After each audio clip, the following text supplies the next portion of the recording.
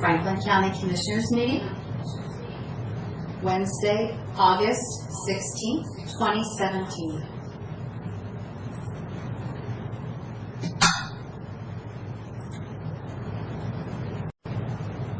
Franklin County Commissioners meeting, August 16th, 2017.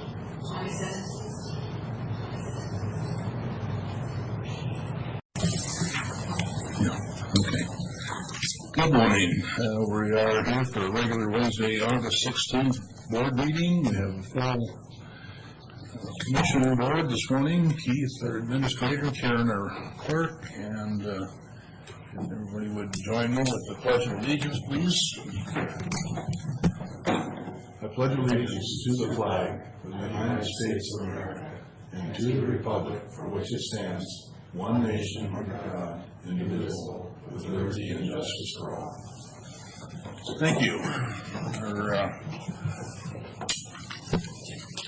first item is Captain Rochlow is going to talk to us about the security.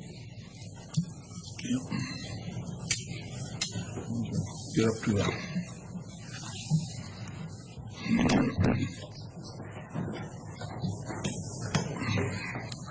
Chair, huh? Morning. Morning, Rick. So a little history. Back in 2014, we went out to bid, did a contract for unarmed security for the years 15 through 17 with Olympic Security, who we'd been using since we started security. And we did a armed security contract with J&J Security. And 3 years, we thought we were done with it for a little while. But in 15, Olympic Security sold out to Universal. And we kept the rates the same through that contract. And then J&J folded up, and Tri-City Monitoring pretty much took over all of their contracts with Juvenile Center and with us and everything. Basically took over all of it. What's that? Just sounded awful quiet. I don't know if anybody can hear your conversation. Thanks. Okay. So anyway, so we basically switched to Tri-City Monitoring for the Armed Guard services, and Universal took over the Olympic contracts. We did have trouble with Universal, quite a lot of it. Invoices never correct, anything else like that. Very unresponsive to our needs. So in early 17, we switched unarmed, the screening, to Tri-City Monitoring also. So we currently contract with Tri-City Monitoring for armed services and unarmed services. They kept the rates the same that we had for that 3-year contract. The end of this year concludes that contract. I asked them for numbers for the next 3 years, and this is what they provided me, what I put in this agreement. I will say that I did not go out to bid to get this. I strictly went to our current vendor. My thought was to stick with them for a little while. They just basically took over these contracts as we lost our previous vendors, and I was hoping to have a little bit of continuity going into the next couple of years. So I haven't done a lot of market research on the numbers. I know that the impact of the minimum wage and the other things like having to provide sick leave, things like that for small businesses is weighing into the rates for security like this from small companies. So that's obviously impacting the wage increases or the rate increases.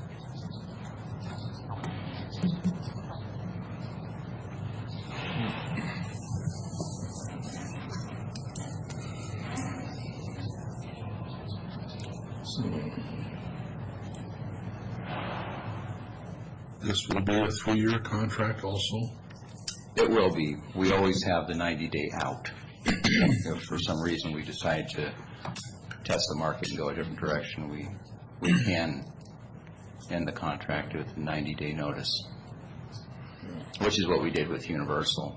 Basically, of course, they were kind of unresponsive to our needs at all in a lot of different ways. So we sent them a 90-day notice and went to Tri-City Monitoring early this year. Do we, you talked about not going out for bids. I can't imagine there's a ton of different organizations in the Tri-City area that are security. When we've gone out to bid in the past, we've had a few bid on it. Olympic was usually the lowest bidder. That's who we were dealing with early on. We've had some that we didn't like for one reason or the other, lawsuits, things like that.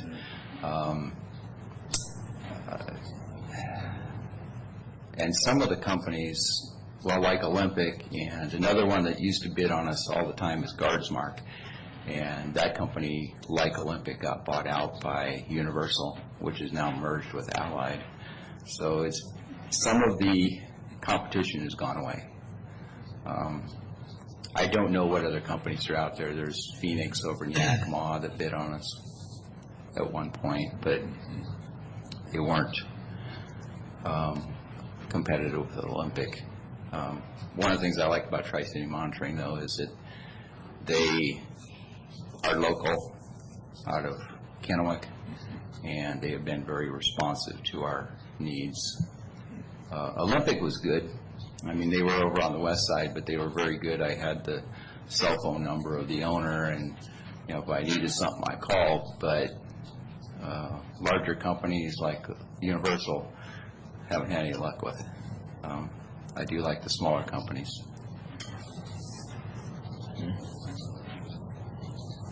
Questions, guys? Not right now. So, I had a list of questions here. I'm just trying to cross off the ones you've already sort of touched on. We don't know who else is out there as a potential bidder, but there's not a lot of people providing that service, right? Not a lot that I'm aware of. Yeah, okay. This qualifies as professional services, does it? I guess I'm asking you, Keith, because that speaks to the legality of issuing a contract without a bid. I think it qualifies as professional services, and I don't think it has to be bid out. Okay, so we can check that one off. It looks like as these companies changed out, they held on to employees of the companies they took over. So we've got continuity with the people that are working these services now. Is that generally accurate? That's accurate. When Universal bought out Olympic, they kept the same people on board, and when Tri-City Monitoring took over the contract here for screening, they kept they kept 3 out of 4. Yeah. So there's a question that occurs to me, and it's really not one for you so much as it is probably for the board and for Keith, and that's what should be the county's criteria in contracts like this? Is it to get the best deal for the citizens of Franklin County, or is it to get a deal that is essentially at market value? And what I mean by that is, if you could get a service that was cost-wise 20% below market and met your needs, that's a good economic value. If we aren't bidding this out, we really don't know what the market is, and we're not necessarily getting the best deal, or at least we don't know if we are. But if the standard that we want to adopt is a fair and reasonable contract as opposed to the best, then that would, I would think, mitigate the obligation to bid these things out. As you already know, I'm kind of a fan of testing the market and trying to get the best deal we can for the citizens, but I'm not sure to what extent that's our obligation. And sometimes, as the saying goes, you get what you pay for. So it's kind of a philosophical question, and it goes to whether or not we should have maybe put out an RFP, especially with all these company changes and stuff going on. If they were coming in at the same rate as they had in the past, I would say probably just stay with them. But where they're coming in asking for increases, kind of raises that question. I'm curious what you think. Yeah, I think it's certainly a fair question, and price is one factor. It's certainly always a major factor when you're dealing with taxpayer funds. Sure. No question about that. My discussions with Kathy Marshall also want to make sure that we have continuity and expertise there that we know we can rely on, that this is a sensitive area, particularly with the screening of the courthouse and when we do use armed security. So even though price is an important factor, I felt like there were some other factors there as well that staying with the company that we knew and understood and had a relationship with was an important factor as well. It's the board's preference to go out to a RFP proposal. We certainly can do that. I don't know that, as much as I'd like to get this done quickly, time is not necessarily the essence that we, it's not an emergency, but we would like to move forward. Yeah, I agree with everything you said. I think where I'm coming from is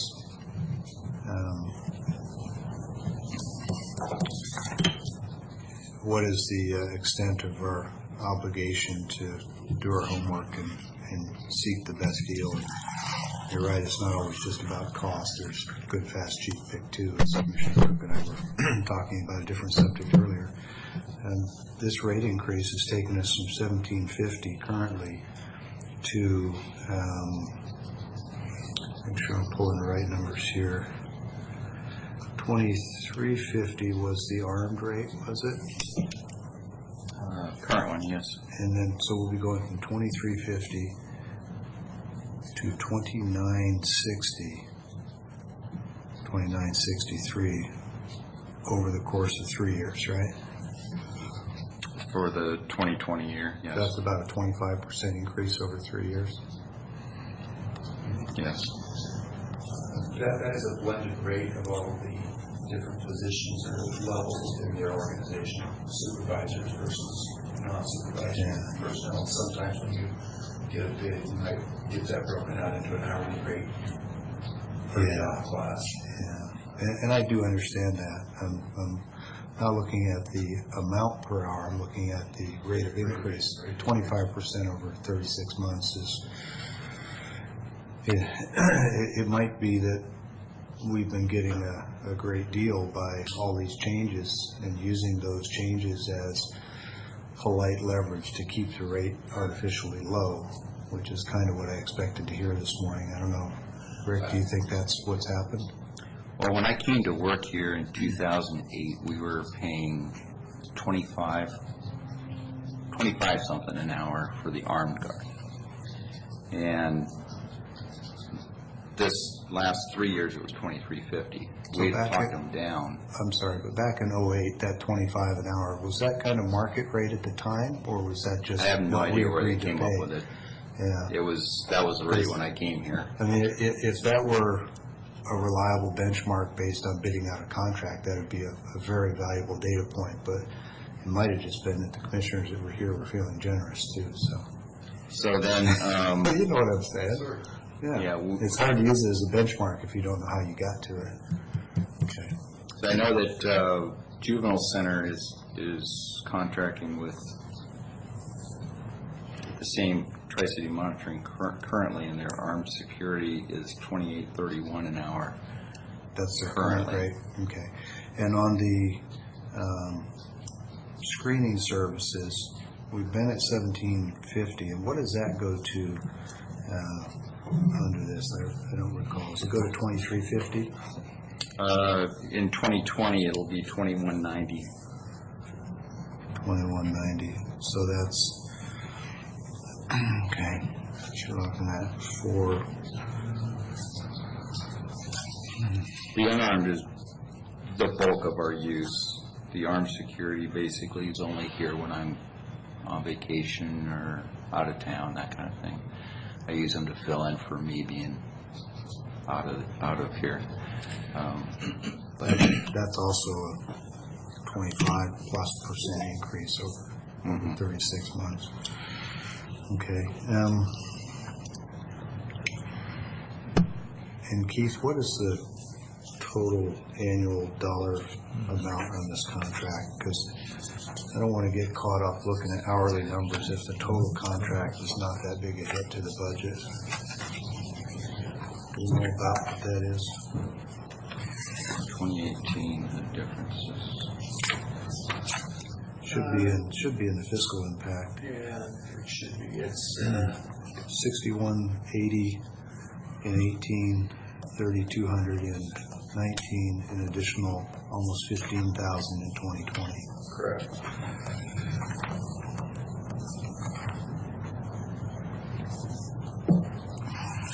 Okay, Mr. Chairman, I don't have any other questions. I think I've reached a decision. That is one of the questions I wondered was the impact, and where'd you find that? Because I'm looking on this, right here, right here on top, okay, yes, okay. And I had read that earlier, so, again, I know you mentioned why would you prefer using Tri-City monitors over going out bid? Going out for bid? Mainly because we've had a good relationship with the, Tri-City Monitoring is fairly new in the security business, but they basically took over J&J. J&J we've had a long-standing relationship with, particularly with the Armed Guard services. They've been very good to work with. All I have to do is pick up the phone and they make any changes I need. Never had an issue with their billing, which is something I had terrible problems with the last company. They just took over the screening when we got to the point where we really needed somebody to step in, and I just wanted to, they did keep the staff that was out there, which Yes. that's kind of important around here. The staff out there knows how this place functions, and they provide a lot of service to the citizens as they're entering the building that you don't necessarily think about. That's why I was asking about continuity and did they keep people on? Because there's intrinsic value in that. It's not just about the dollars. They're basically the information department when people come to the courthouse. And so there was a lot of reasons I wanted to stick with them. Am I saying that there isn't somebody out there that may be cheaper? There may be. It's always good to know who you work with. It's a good lead-in instead of hiring somebody that doesn't do the job right. This additional 14,000 in 2020, that's a killer. What can you negotiate this thing? Did you negotiate it? Work with them on this? Tried working a little bit on it, but These are the numbers they presented. this is the numbers they presented. We'll have some interesting increases with the minimum wage and some of the other benefits they're having to offer now to small businesses, which is impacting their bottom line. So, I mean, I'm not saying we couldn't get a cheaper rate, and we can always work on that. But Well, in 2020, it's only 2.4 months, 2 years and 4 months. But if you add these all, and that's going to be the increase, 14 and 3, 17 from that time, and 6.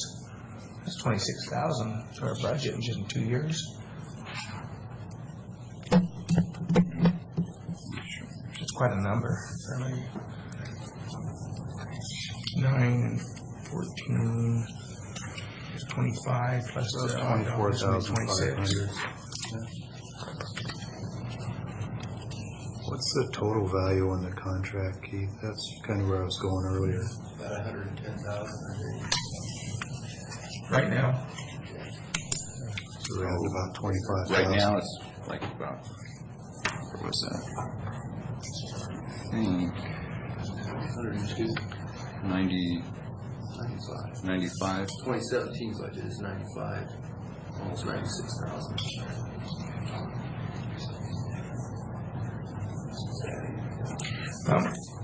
I always thought it'd be worth to look for, best bids and go from there and then have your selection of who, see what comes out there. And that's what I still would think is the best way to do it. Well, I think you've got a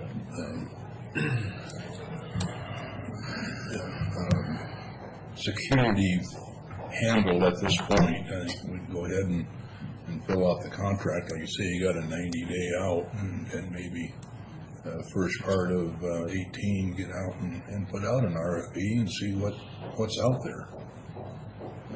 You may have a better handle on how this Tri-Cities security is doing by that time, and there may not be anybody else out there, but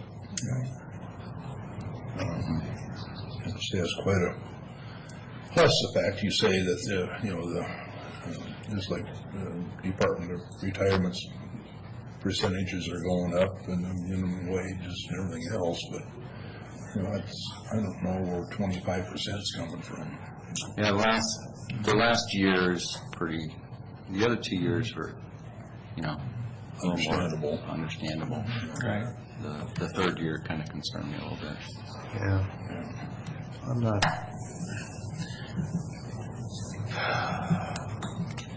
at all excited about the 25% increase, but the fact is that there's some evidence that these rates have been held artificially low through a series of transition contracts where new people coming in didn't want to rock the boat, and we benefited from that.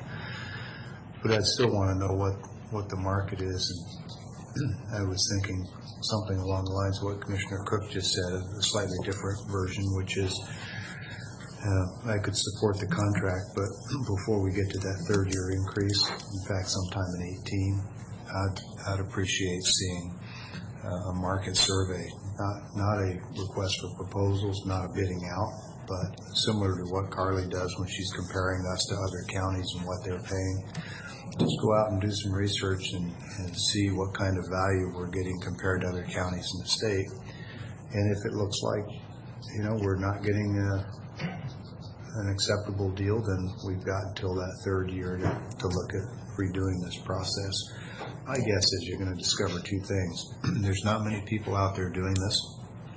There's a lot of turnover in the market, and the combination of continuity with the people that have been here and the fact that our rates have been artificially low, I think we're going to find, even if you do a survey, that we might be a little bit above. I don't think it's going to be a lot till that third year. So I'd be looking sometime in the next year or so to go out and just make sure that we're in the market. I think I could live with that. And by that third year, it may be a renegotiable item also.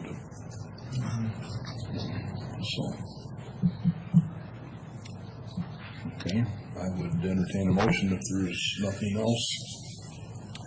Just have one other quick comment, and that is that somewhere in this process, and I'm not really looking for an answer, this is more just a comment, somewhere in this process a decision was made not to put this out to bid, and when it comes to the board, there's a tendency to want to keep things moving through and not want to hold up the train and not want to have to back up and bid it. So wherever that took place, I'm hoping that there was dialogue between the sheriff's office and your office, and there was a joint decision that, we're gonna go this way. So just would appreciate it if that's how we. Sheriff's office has been keeping me informed all along. Yeah. Okay. Well, I suspected that was the case, but it's not really of interest where that decision was made, but just that it's a joint decision. So, okay. Well, good discussion. Thank you. And just making sure we don't have a particular resolution number or something that needs to be addressed. Was there a resolution with it or just a contract? Okay. Sometimes we have resolutions on these contracts, sometimes we don't. I wrote one. Did you write one? Yeah. I didn't see it. What do we? It wasn't in the paperwork. I should recall, what is the norm? What do we do Think most we have often? a resolution so we can Typically, we do look so back on it. so that we can track it. That's what I was looking for, the price, and I couldn't find it. So did you say that, oh, okay, all right. Let's give it the number, 246. How do you want me to write it? 2017-246. Okay. Mr. Chairman, pleased to move for approval of the following resolution entitled Personal Services Contract between Franklin County and Tri-Cities Monitoring Incorporated for Courthouse Security Services effective January 1st, 2018 through December 31st, 2020 as presented by Captain Rashlow. Second. All in favor? Aye. Right.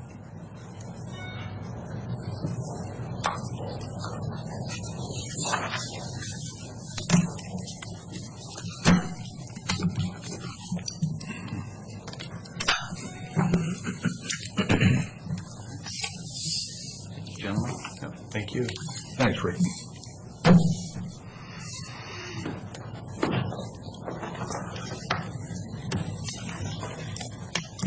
Carly, please. I didn't realize it was Blue Shirt Day today.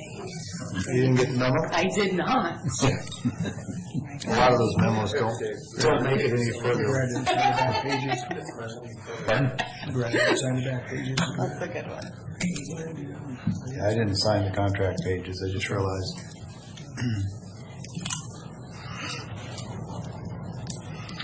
I suspect you knew about the memo. You're just very independent mind. That I am. See, I knew you'd go there. Independent thinkers are good. Okay, Carly, please. Thank you. This morning I have two requests for the board's consideration. Before I get into the specifics of the requests, I'd like to clarify the nature of the request for the record, mainly in response to some concerns that my office has heard recently. I think it's important to note that the two requests before you today, as well as the majority of the compensation requests I brought to the board recently, are step placement recommendations within an established salary range for the given position. This process of placement within the salary range is an individual consideration and is different than a change in the compensation range for the position itself. And generally, while the placement within the range does have a fiscal impact within a given department's budget, in many cases, the request results in a short-term savings for the county when we are backfilling more tenured employees. Ultimately, the frequency of these requests are in response to a combination of a mobile workforce resulting in increased turnover and a full employment situation in the market where we are competing for talent, as well as needing to recognize those who come into a position with experience coming in. The full compensation review that we are undergoing for positions within the county and those salary ranges is a separate process.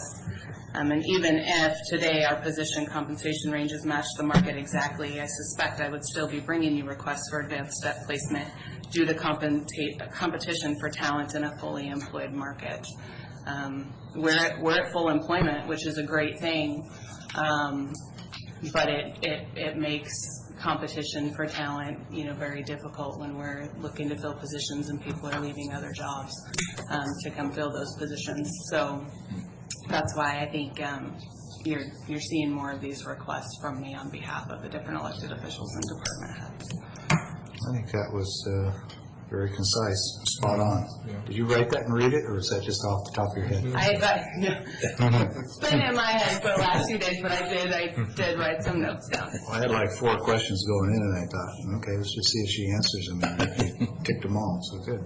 And just for reference, I pulled the numbers just to validate what I've heard, and the most recent unemployment numbers for the state of Washington are 4.5%. Franklin County is at 4.9, Benton County is at 4.7, and most economists call full employment 5 to 5.5% unemployment. So we're competing for talent. Yeah, that 4% that's left out there unemployed aren't looking for a job. Or they aren't the people that we would necessarily be really clamoring to hire. Right. So It might not be competitive for our open opportunities. there we go. Yes, exactly. So that said, the first request I have for you today is on behalf of the treasurer. She's requesting authority to make a step 2 job offer to a candidate for their deputy treasurer opening. The identified candidate has over 13 years of experience in the private banking industry and is also fluent in Spanish and English, which is a greatly needed skill set within the treasurer's office. The individual who previously occupied this position was at a step 3, and if the board would grant consensus approval for the offer today, as has been our practice, I'll present a PAF on the consent agenda for the chair's signature. Mr. Chairman, I'm happy to support. Also, Same here. Great, thank you very much. The second request is on behalf of the auditor, who is requesting a step 5 entry for Ashley Hyen to the elections administrator position.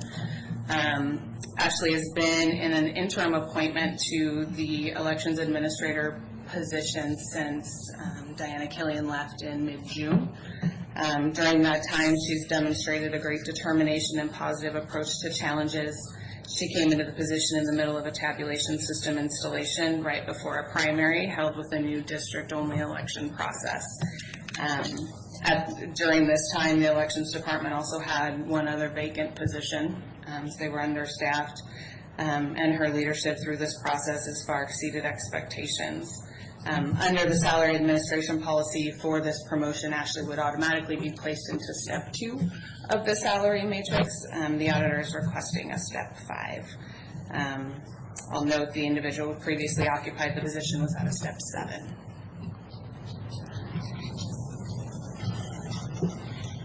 and I can support that also. I've got a few questions on this one. Okay. What grade and step was the individual in before becoming the interim? She was at a grade 13, step 7. And that's clearly a different position altogether. Yes. So the step is a reflection of, well, it's not intended to be a reflection of longevity. It effectively is a reflection of longevity, which in many cases is synonymous with experience and expertise. Not always, but generally. Yes. Okay.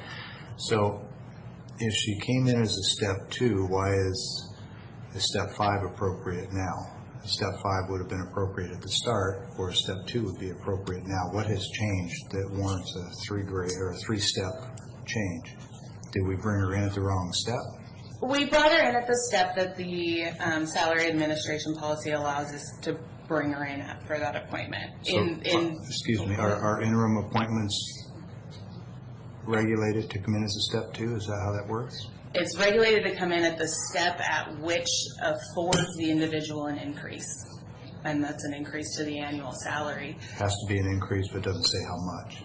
It's an increase. So she could have come in as 5. That certainly would have been an increase. Any deviations from an increase, it's the next highest step that affords an increase. All right. So that was the piece I was missing. Okay. In this particular case, Ashley went from a 37.5-hour position to a week position to a 40-hour-a-week position. So if you look at the effective hourly rate, she's actually making less effectively at the step 2 on an hourly basis, although we don't necessarily compare that because she's an exempt position. And we do. There's an argument that could be made that she Well, but lost we money. annualize on salaries. Correct. So, okay.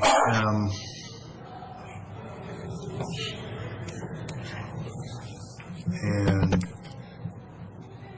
are we backfilling the position if she's leaving? Yes. Or, yes, Okay. Or at least at a step 1. we're working on it. Okay. Yes. Well, and the step would be a function of the individual coming into it. That's so it may be a 1. We may argue for something else depending on who gets selected, or maybe somebody's already been selected. Certainly. And so the recommendation of the step is, I want to choose the right word here. arbitrary is not the right word, but that's what keeps coming to mind. It's a value judgment based on the individual's credentials, experience, et cetera. Is that fair? That's fair. Okay, all right. And that's a judgment made by you? It's made by the auditor, reviewed by myself. I wouldn't be here if I didn't support it in partnership with the county administrator as well. We all look at it. Okay. Okay. I can support that then. Thanks. I might support also. Is there there should be a document just pushed out for the chair to sign? No, this one is already, so why are we handling these differently? The one for the treasurer is for a candidate we have not made an offer to yet. Okay, that makes sense. Thanks. Yeah, I'm not inherently opposed to these increases, but I want us to have a public discussion so that we can explain to the public and to the other department heads what the thinking is, what the rationale, what the basis is for it, so that when other departments come in and have similar requests, we're sure that we're treating everybody equitably and using the same set of criteria.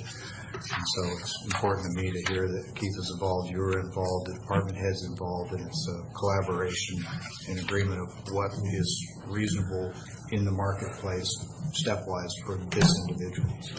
Absolutely, I agree completely. Thank you very much.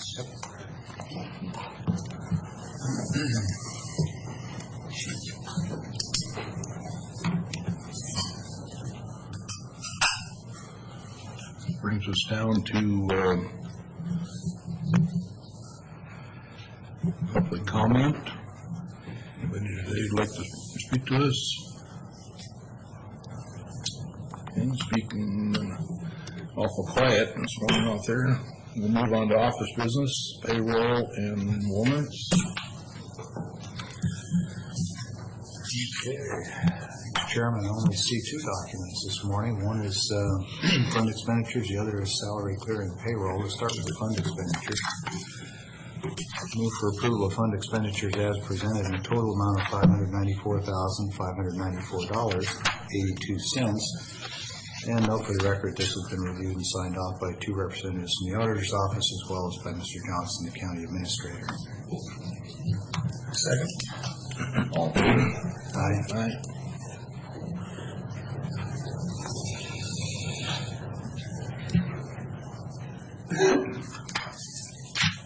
And next we have salary clearing payroll, emergency management payroll, total amount of $729,793.63. And note that this also has been reviewed and signed off by two representatives of the auditor's office. Second. All in favor? Aye. Aye.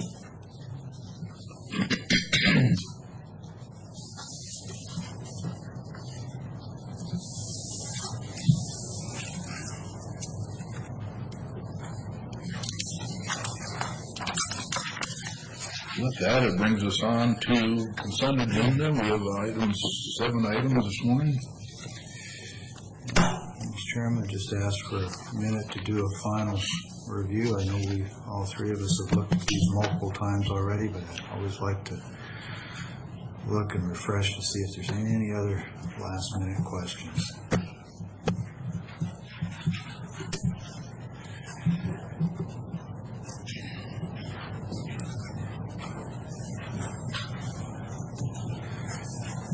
And I know we all talked to county administrator ahead of time with any questions, as did I. I think one of the questions that I either forgot to ask or I just forgotten the data point was on the capital expenditures for the correction center. I don't recall a total number. This was Ballpark. 10,705. Yeah, it was in the read ahead. It was for some locks. Yeah. Okay. Yep, I remember. Okay. Mr. Chairman, move for approval of consent agenda 7 items as presented. And I will approve, or second, for all seven. The motion. All in favor? Aye.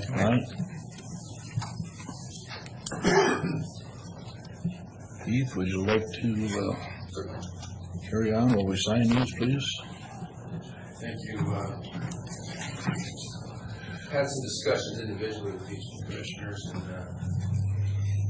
terms of some realignment within Public Works and Planning and Building Division. For a number of reasons, bringing the proposal today is that we put planning and building as a division within Public Works. Primary reason for this is the complexity of some of the issues that are becoming more and more common within both Works and Planning and Building. Better? Okay. And the amount of time that's being required to devote to these issues, from not only my time, but just the management of Public Works and Planning and Development. These urban-rural interfaces are becoming more challenging. The regulatory environment is becoming more complex. And in order to kind of simplify the process and coordination that's required between Public Works and Planning and Building, I'm making the proposal that we have Planning and Building as a division of Public Works. I've spoken at length with Warren Wiltsey, our Planning and Building Director, and Matt Mahoney, our Public Works Director. Kind of map out how this would work, how this would look. They are both in support of this, willing to make this effort to make it successful. I have full confidence in both of them that we can make this a good transition. From a day-to-day perspective, I don't anticipate a great deal of changes. I anticipate that I will be critically involved in the issues that we're dealing with the increased number of building permits, number of developments, and the complexity of some of these developments that are going on. I am appreciative of Matt Mahoney's experience and expertise in some of these Growth Management Act issues and legal issues that the county's addressing. So I relied heavily on his expertise to kind of guide me through some of the things that are new to me. But having said that, as I said, I don't think that the public or even staff will see a significant change in day-to-day operations. But in the best interest of allocating my time and the time of my staff, I think this is an appropriate step forward. With that recommendation is a proposal to give Mr. Mahoney an increase in his salary. He's expected to take on more of a leadership role, more administrative responsibility, and oversee a greater percentage of the county budget. He clearly has some pretty significant responsibilities within the county, and I think it's only fair to, if I ask him to do more work, to compensate him for it. So the proposal that I have is a resolution that would recognize the transition of planning and building to a division in Public Works and a related compensation increase for Mr. Mahoney to a grade of 23 on the exempt non-bargaining salary increase.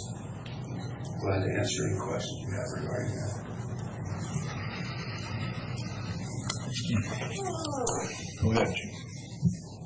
I've talked it out quite a bit over the last 30 days or so.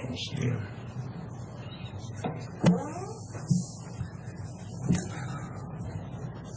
No question? I have no question. We've talked about I it. guess you're stuck with me. So yeah, of course I have questions. I've had the same conversations with you. Great confidence in Mr. Mahoney. I know that Carly's been involved from the personnel standpoint, HR. I'm good with all that. The two concerns I have, and they're not big enough to get in the way of supporting this. I support what you're doing. As you know, I'm not into micromanagement, but I am into details. And and so you deserve a lot of latitude to organize your staff. But state statutes and the Washington Administrative Code have specific elements that assign responsibilities to people in certain positions, the Public Works Director and the Planning Director. And we need to be, I think, very careful, diligent to make sure that we aren't subverting state law or the Administrative Code in where those responsibilities lie. And I know you've already started looking at identifying what those are. We also need to look at our Franklin County policies, because some of those assign responsibilities to department heads that if this is no longer a department head position, then maybe there's a responsibility there that is not assigned to anybody anymore. So that administrative process review needs to happen. And the other is that planning and building is a substantial part of what we do, and it has an awful lot of public interface. And while I have great confidence in Mr. Mahoney, and he's already been told he's not allowed to leave till I do or long after, so I'm not really worried about his replacement, but I want to make sure that we're all in agreement that if our planning and building director or division head, whatever his title is going to be, has a disparate or different view on an issue that Mr. Mahoney does, that he feels that he's got an open door to come talk with you or whomever he needs to, so that we don't get ourselves in a bind. Because he does have a great many years, 20 or 30 years of expertise in this field, and I don't want that expertise to be hidden under the basket somewhere. Not that Matt would do that, but the inherent nature of organizations and structures is that that could happen. So I just ask you to be on the lookout for anything like that. That's all I've got. If I may comment to that, Sure. I appreciate the valuable comments, but I don't think any organization structure is completely independent of the personalities and the skill sets of the people involved. And if I didn't have the right confidence in Matt and Lauren to make this work, I may not be making this recommendation. And as you aptly stated, that Matt's not allowed to leave. If we were to see a change in personnel at some point in the future, I wouldn't rule out the idea of reversing course and changing it depending on the skills and styles of the individuals involved. But having said that, I do think this is in our best interest. We've had a difficult time recruiting planners, and I know Laura, from an administrative standpoint, is burdened. Needs some help, and I think this will afford us an opportunity to provide him some of that staffing and administrative help as well. I look forward to your support. Great. We have some paperwork that, okay.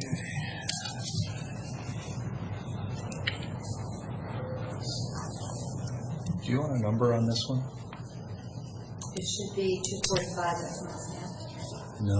Oh, it's in that envelope right there, sorry. Oh, there it is. Okay. Putting paper on my desk right before we started. I'm sorry. Okay. There we go. I'm going to put a clapper on there. Well, we know who's buying you lunch this week. Yeah. Well, I was on the hook, but $1.50 Costco. because you can. And if you don't know what that comes from. Okay, great. Mr. Chairman, pleased to move for approval of Resolution 2017-245, entitled Restructure and Creation of Planning and Building Division within the Public Works Department and change in compensation for the Public Works Director position, as presented and briefed by the County Administrator. Well, second. All in favor? Aye. Aye.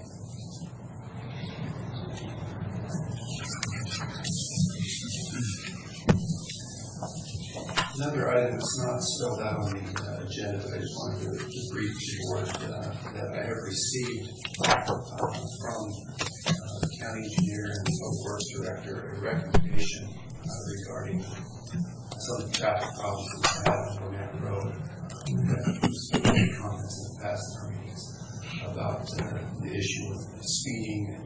traffic enforcement in that particular part of county and city. And so that recommendation includes the suggestion that we purchase and install some solar-powered traffic calming devices that basically are speed signs that indicate the speed of the driver and the posted speed limit. I think you're all familiar with those on the freeways and other places that you've seen those. There's a fairly significant body of research that suggests those are as effective or perhaps more effective in bringing attention to the drivers of their driving behavior, as opposed to a physical barrier that has been suggested by others, things like a speed bump or a speed table or something that will physically restrict traffic. The engineering report research indicated that those physical barriers, while sometimes effective, have some unintended consequences of a safety-related nature. They become dangerous to the vehicle driver if they're going too fast and don't see the sign or the warning that they're coming up.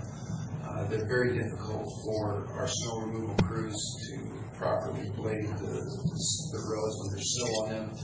Snow tends to hide those physical impediments as well, if the crews haven't gotten to it to uncover it. And there have been some instances where not only vehicles have been damaged, but drivers have been injured or property has been damaged as a result of those physical barriers. So the engineer's recommendation, which Matt supports and which I support, is that we move forward with installing these solar-powered traffic signs and use those as a next step to slowing down some of the traffic in that urban city interface. Yeah, I really appreciated all the legwork that was done and Rita had as far as the different entities that you were able to find and research that supports this decision. Yeah, there's a lot of research in that. So because we've kind of had that public discussion in our meetings before, only action, I'm not looking for a resolution today, but just the consensus of the board to instruct the Public Works Department to move forward with a contract proposal to do that. I can support that over the speed tables, bumps, whatever you want to call them. And even rumble strips are tough on, vehicles and snow removal equipment. And the rumble strips, I think the primary opposition to those was the noise that was created for the neighborhood. There was a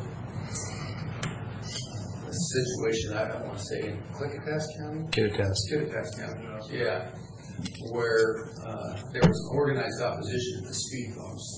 And the organized opposition asked people to honk their horn every time they went over a speed bump. But then the neighbors began to complain instead of speeding traffic, they were honking horns. Which I believe resulted in the removal of the speed bumps. It did. And it's kind of an anecdotal, humorous story because nobody got hurt, but the reality is a lot of the driving public really does not like that. The speed table is too low. But yet, the safety of the neighborhood is important too, to make sure that people are slowing down and obeying the traffic law. Well, what is the cost of those? Is there any idea? I understand there's somewhere between 5,000 and 15,000, depending on how many of the Location is a factor. Well, I think it's this gentleman has been complaining for quite a while, and I think it's something we can do if we don't do the speed bumps. And at least we're doing something to help control this problem. I don't object to it. I don't know that there is a perfect solution that satisfies everybody. It's a balancing that has to take place to some degree, but obviously public safety is paramount. Was there a count on how many autos go through there? We didn't do that, did we? We do have traffic. Yeah, that was in the engineer's report. I don't want to speak accurately to the board, but we had both the average daily traffic on 44 as well as that section of Burnett between 44. And it was large enough to make, If you don't quote me on it, I believe it's approximately 900 vehicles. That's kind of what I remember reading. that's a pretty good.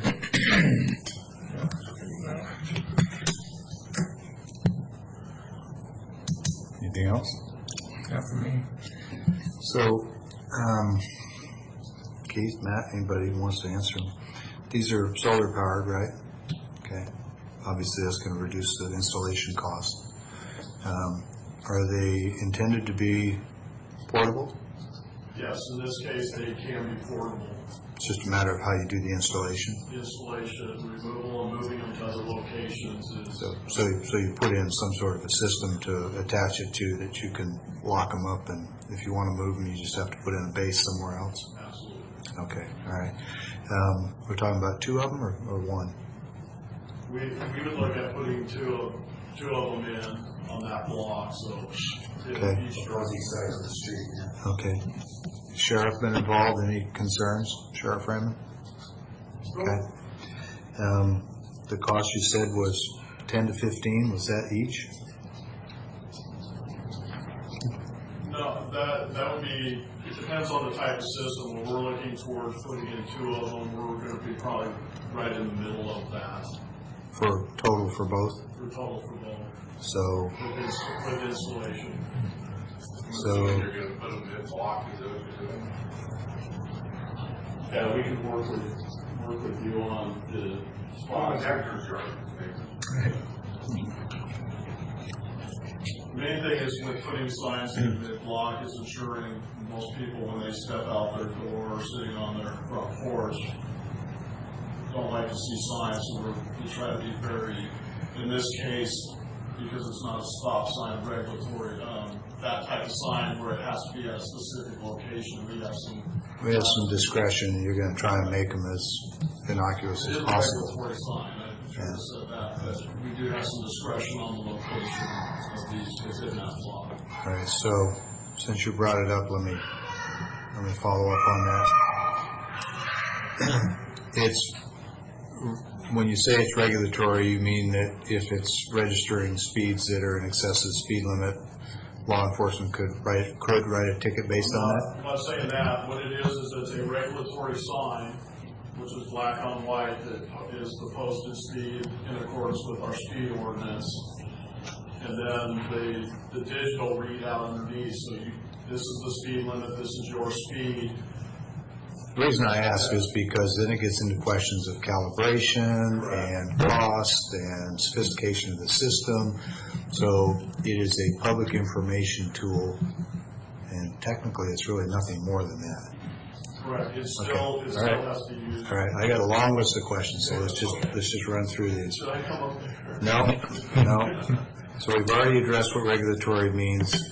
It's public info only. All right, and you answered permanent versus temporary. There's solar. There's two of them, you said. Sheriff's okay with it. You said the cost is about $6,000 or $7,000 a piece. Keith, where's the money coming from? This will be in the Public Works tender. Okay, so Matt, we have grant money, federal grant money for public safety improvements, sidewalks, crosswalks. We've used some of that money up in Basin City. Can this be squeezed under that? Yes, it can. Okay, is that your intent? That is our intent, is to use the Public safety funds? available. All right, good. I think that's the right money for it.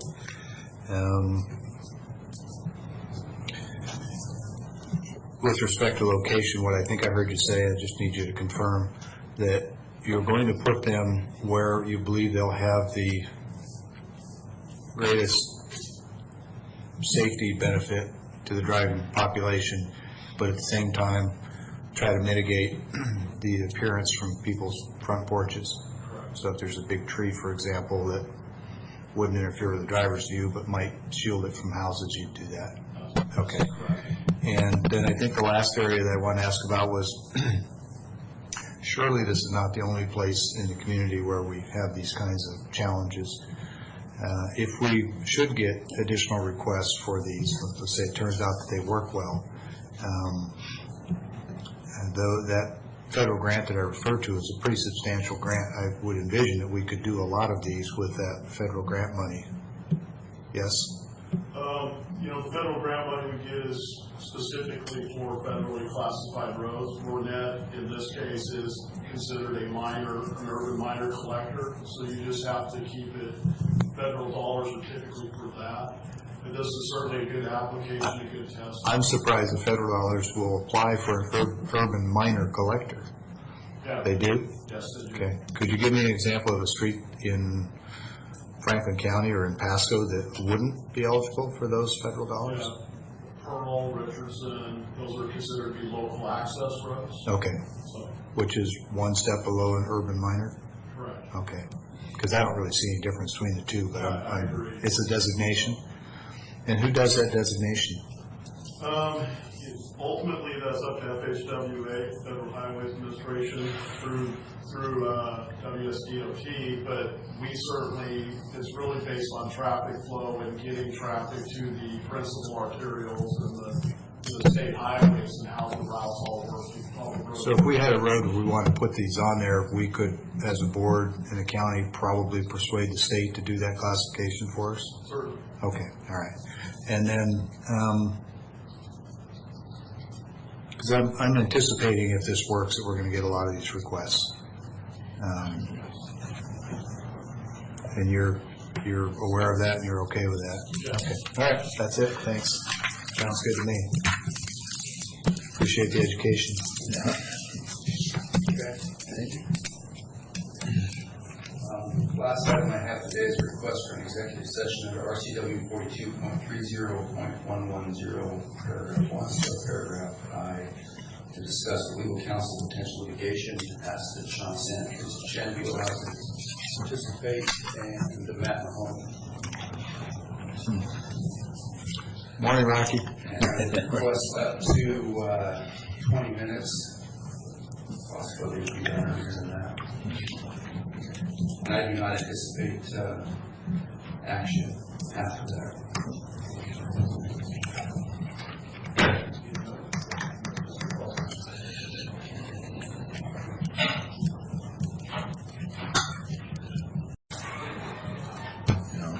We have finished our 20-minute executive session, but we need an additional 10 minutes to finish the subject.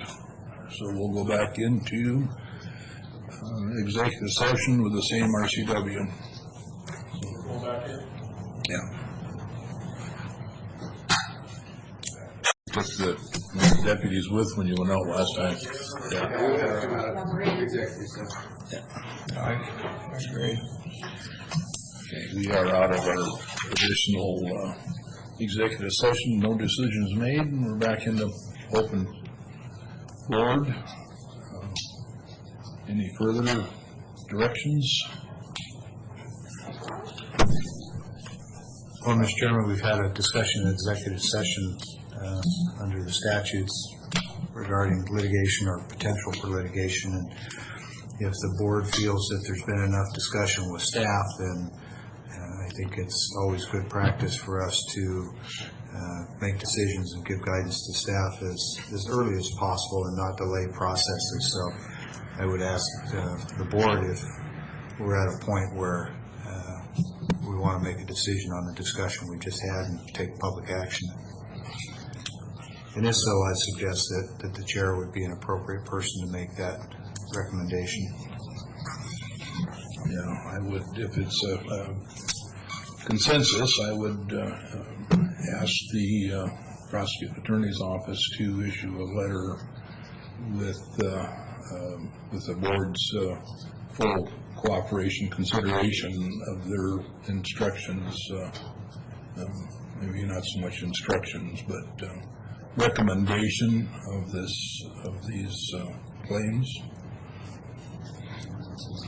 And if you'd like my office to go ahead and provide that legal review to the board, but consistent with our discussions, we'll certainly prepare that. Okay. Appreciate that. So, I think for reasons of legality and process, it probably is appropriate for us to at least hear from all three commissioners. It sounds like, Commissioner Cook, you're indicating that the discussion we've had regarding a claim for compensation, it's your feeling that the county should deny that claim, and you're asking the prosecutor to prepare correspondence to that effect. And if that's, if my understanding is correct, then I support that position as well. Yeah, the prosecuting attorney's office brought that suggestion, recommendation to us, and I concur. Okay, Mike would agree. Okay. Appreciate that. Just wanted to do that on the record so we're legal.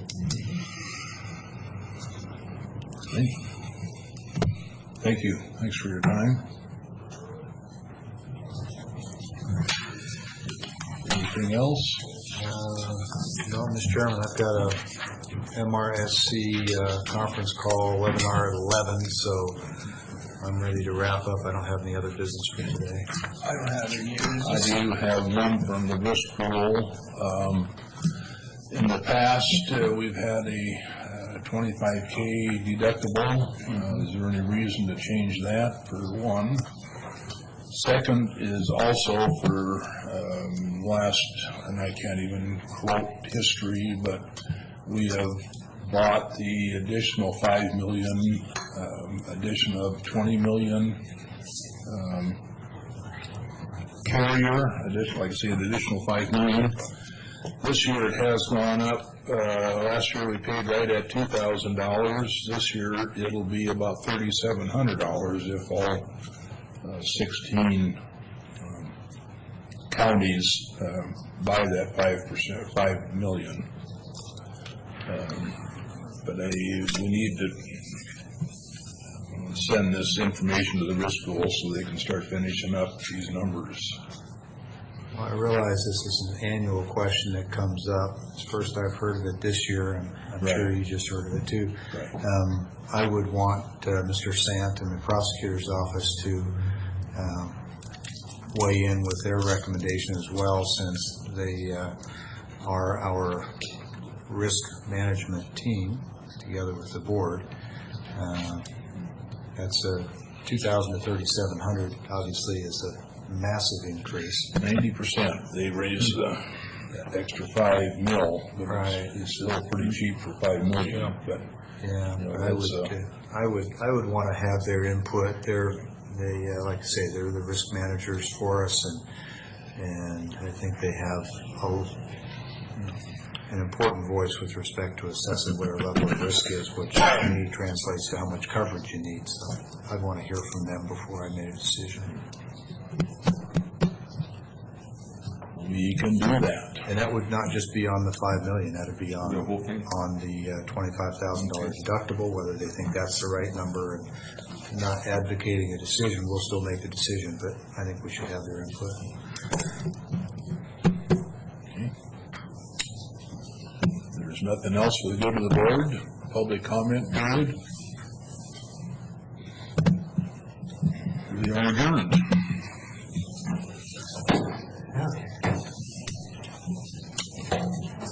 That's the webinar.